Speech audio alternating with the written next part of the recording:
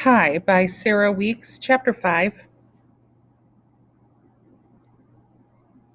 Sour cherry pie. 4 cups pitted sour cherries.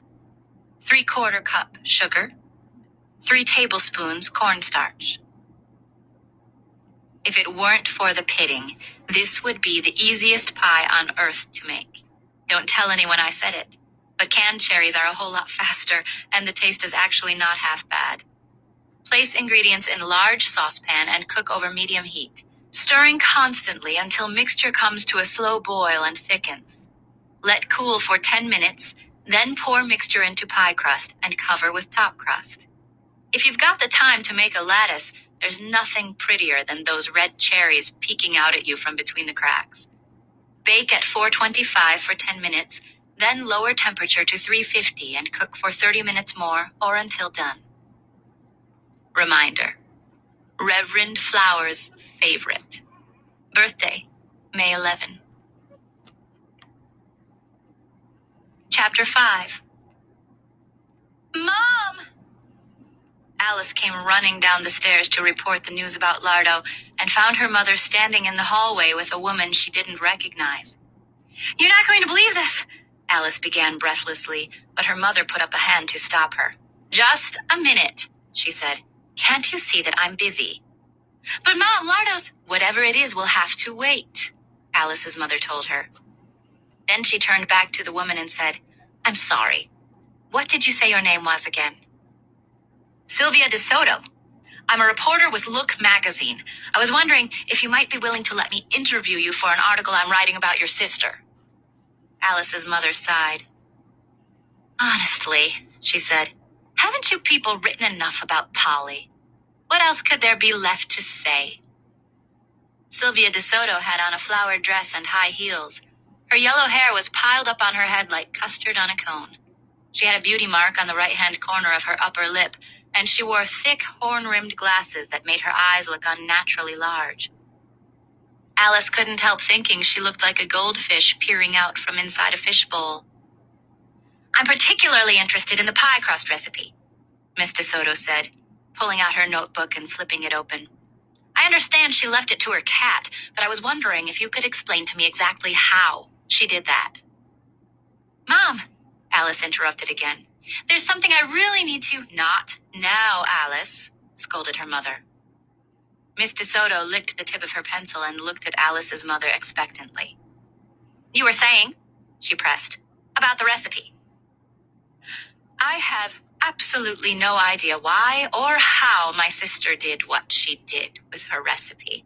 For all I know, she whispered it in the cat's ear or tattooed it on his belly. And frankly, Miss DeSoto, I don't care anymore," said Alice's mother.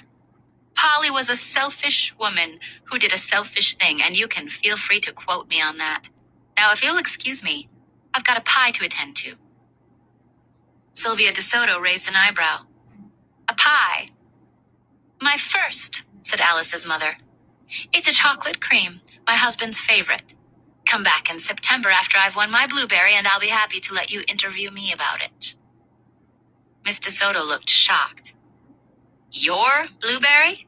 she asked. "Well, someone's got to win it," said Alice's mother. "Why shouldn't it be me?" "Forgive me, Mrs. Anderson, but the blueberry is a rather lofty goal for an inexperienced baker such as yourself, don't you think? There are some who've waited years to be recognized." Alice saw the color rise in her mother's cheeks. "I may be inexperienced, Miss DeSoto, but I watched my sister make hundreds of pies, and I don't see what all the fuss is about. You've heard the expression, 'easy as pie'?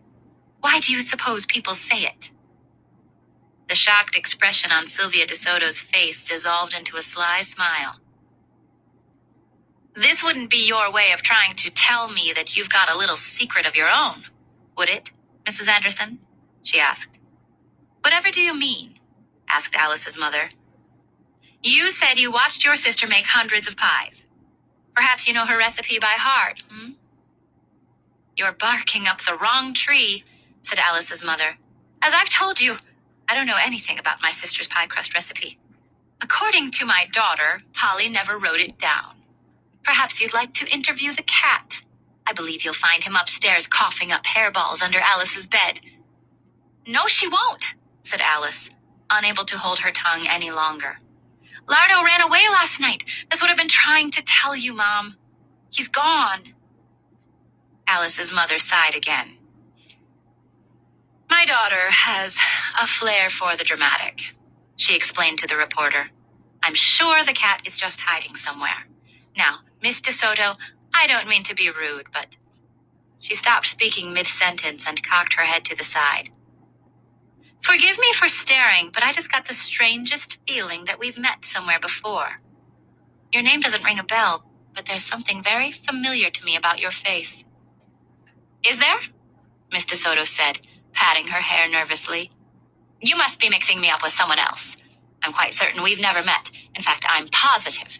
Now, don't let me take up even one more second of your valuable time. Best of luck finding your kitty cat, little girl, and best of luck winning that blueberry, Mrs. Anderson. Trust me, you're going to need it." And just like that, she was out the door, leaving a wisp of flowery perfume behind her. "What do you suppose she meant by that?" Alice's mother asked. "You're going to need it. That's rather rude, don't you think?" "Shouldn't we go look for him?" Alice asked. "Look for who?" her mother answered absently. "Lardo, Mom." "Look around the house. I'm sure he's just hiding somewhere." "I did look. He's not here. Maybe we should put up some signs around the neighborhood in case somebody finds him." "You do what you want," Alice's mother told her. "I have a pie to make." It was obvious to Alice that her mother wasn't the least bit concerned about Lardo having run away. But her Aunt Polly had trusted Alice to take care of him, and she couldn't just let him wander around out in the world all by himself. What if he got sick? What if he starved to death or got hit by a car? Alice would never forgive herself.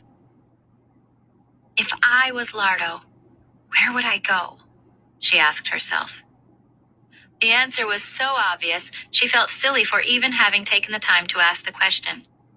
2 seconds later, she was on her bike, pedaling off in the direction of the pie shop. Alice hadn't been back to pie since her Aunt Polly had passed.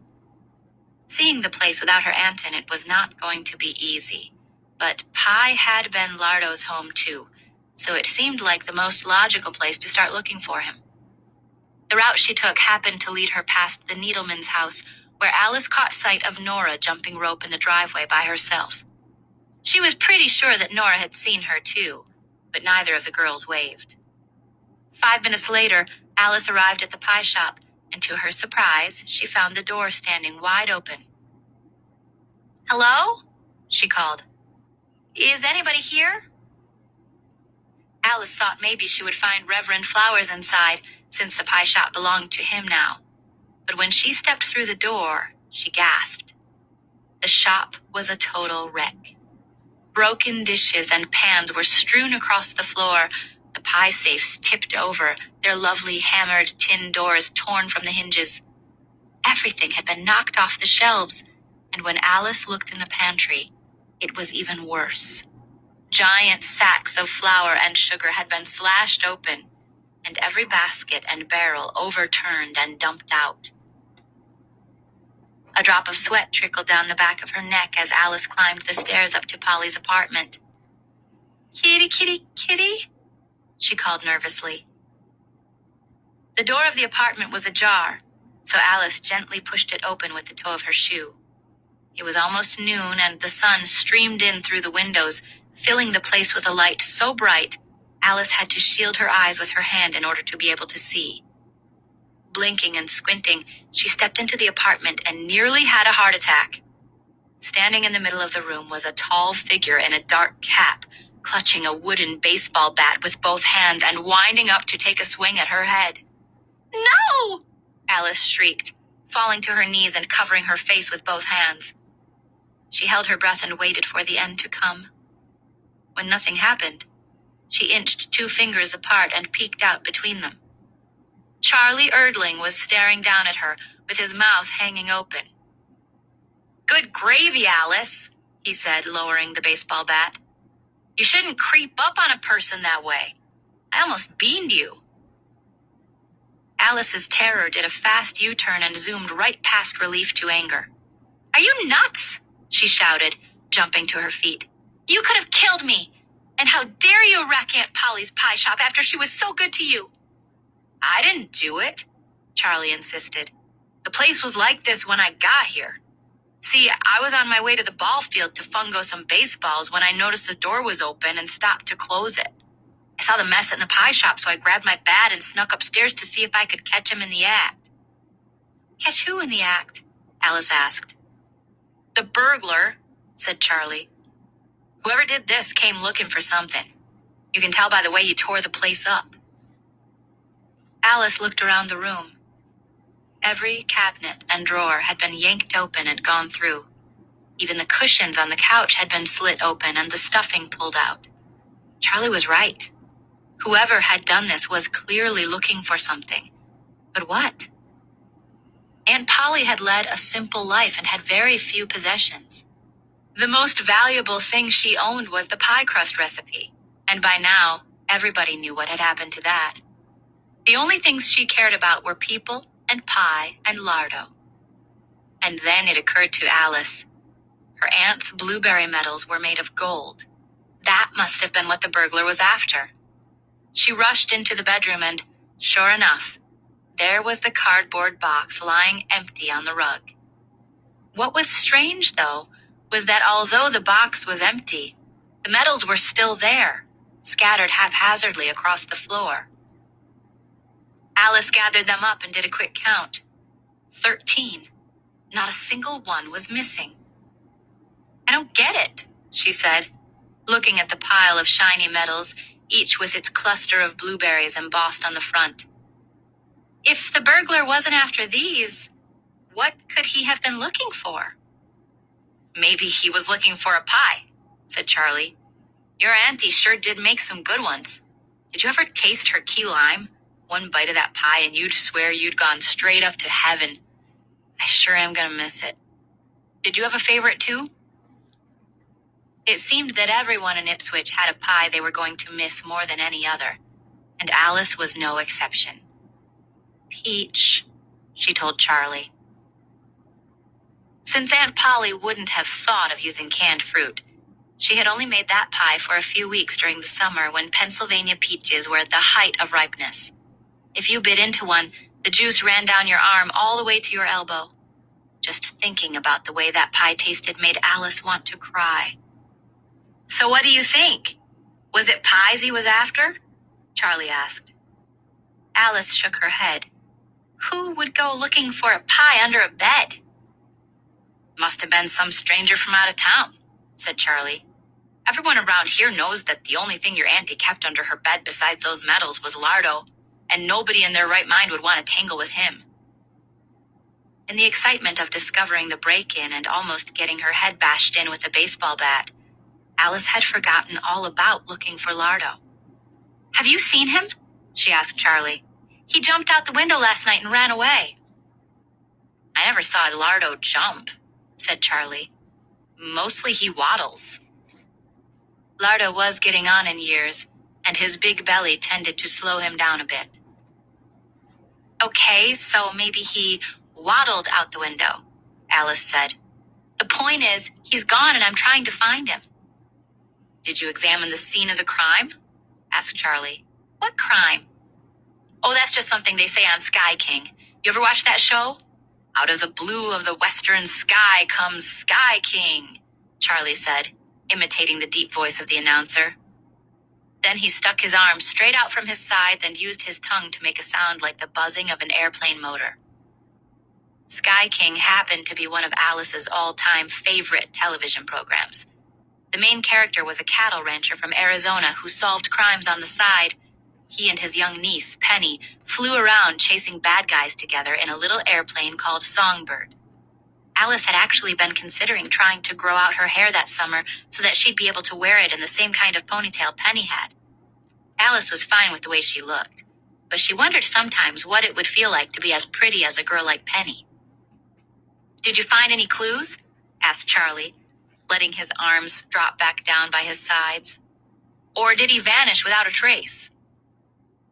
Clearly, Alice wasn't the only one with a flair for the dramatic. I found a paw print on the windowsill in my room, she reported. Anything else? Charlie asked. Alice thought for a minute. I heard a noise, she said, in the middle of the night. I thought maybe I dreamed it. What kind of a noise? Alice closed her eyes and tried to remember what she had heard. I think there were some thumps, and I'm pretty sure there was a hiss, she said. Anything else? Asked Charlie. A clink, said Alice. There was definitely a clink. Charlie took off his cap and started scratching his head. A glass kind of clink or a metal kind of clink? He asked. Metal, I think. Interesting. Does Lardo wear a collar or a bell around his neck? No? Do you have Venetian blinds on your window or a window shade with a metal pull on it? Nope. Charlie's eyes got very wide. Maybe it was aliens, he said. Maybe they landed their tiny little metal spaceship on your windowsill, then they zapped Lardo with a shrinking ray gun and took him off to their planet to do scientific experiments on him. Are you serious? Asked Alice. Not really. But I did see a UFO once, or at least I think I did. It might have been a cloud, said Charlie. What do you think Sky King would do if his cat ran away and the only clues he had to go on were some thumps, a hiss, and a clink? Alice asked Charlie. I don't think Sky King has a cat, he said. That's not the point, Alice told him. What I mean is, if Sky King was here right now, what do you think he would do? I think he'd offer to come over to your house and try to help you figure out what made those sounds, said Charlie. Then he grinned and patted his stomach. I also think he might wonder if you were going to offer him something for lunch when he got there. Do you like cream cheese and olive sandwiches? Alice asked. Charlie wrinkled his nose. Got anything else? Peanut butter and jelly. Now you're talking. Alice had never invited a boy over to her house for lunch before. But if Charlie Erdling was willing to help her look for Lardo, the least she could do was give him a peanut butter and jelly sandwich. Let's go, she said, heading for the stairs. Charlie hesitated. Shouldn't we call the police first? He asked. You know, to report the break-in?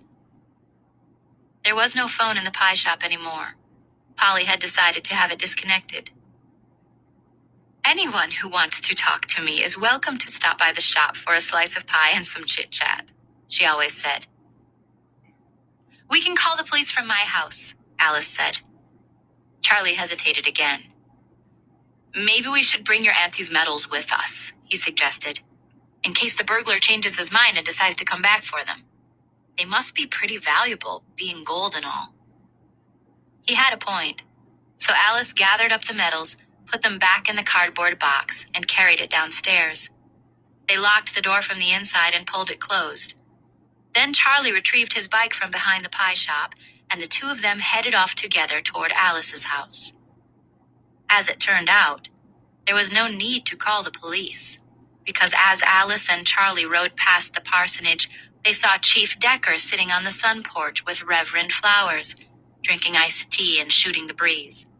Before the kids could even finish telling what had happened at the pie shop, the chief had jumped into his cruiser and raced off with the siren wailing. Alice took the same route home, which meant that she and Charlie had to ride past the Needleman's house. Hey, look, said Charlie, pointing. There's Nora.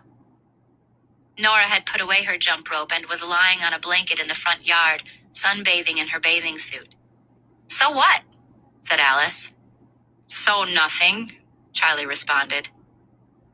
Had Alice been paying attention, she would have seen that the tips of Charlie Erdling's ears had turned bright pink.